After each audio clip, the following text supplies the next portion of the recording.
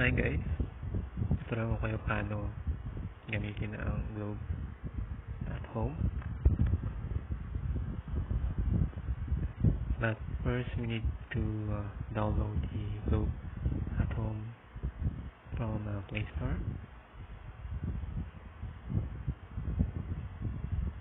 Then we need to type the Globe at home. So yan, makikita mo dito. Click mo lang yan. So sa akin, download ko na. Napakita ko lang sa inyo paano i-download. So yan, yan na tayo. Puro ba ito? Ayun.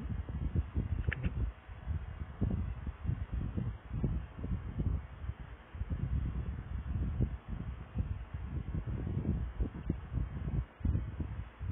Yan.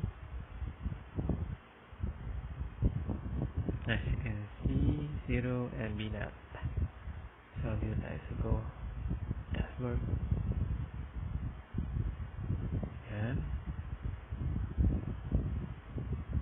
Meron akong load na 203. So dito rin makikita mo sa baba, learn how to load. Dito rin sa baba, paid add-on. Subscribe to this streaming app and watch thousands of movies and TV shows. Yung ano lang, get paid add-on, 3 days pay premium for only 29 pesos. Try 7 days premium says 50 pesos. 30 days premium says only 99 pesos. So bahala na kayo sa yung gusto nyo. Back. So dito tayo sa get more data. Yan, makikita mo. Go serve 50 for 3 days. Home serve 15, 1 GB or 15 pesos. Exclusive add-on to Go serve 15, others of home serve homos. Home serve 199 after 30 GB for 1999 and so on and so on. So usually ito yung ginagamit ko guys, itong home watch 199. Bakit? Kasi everyday meron 4 GB daily for videos. Gagamitin mo lang na YouTube, Netflix, iWatch Books, etc. So yan, subscribe.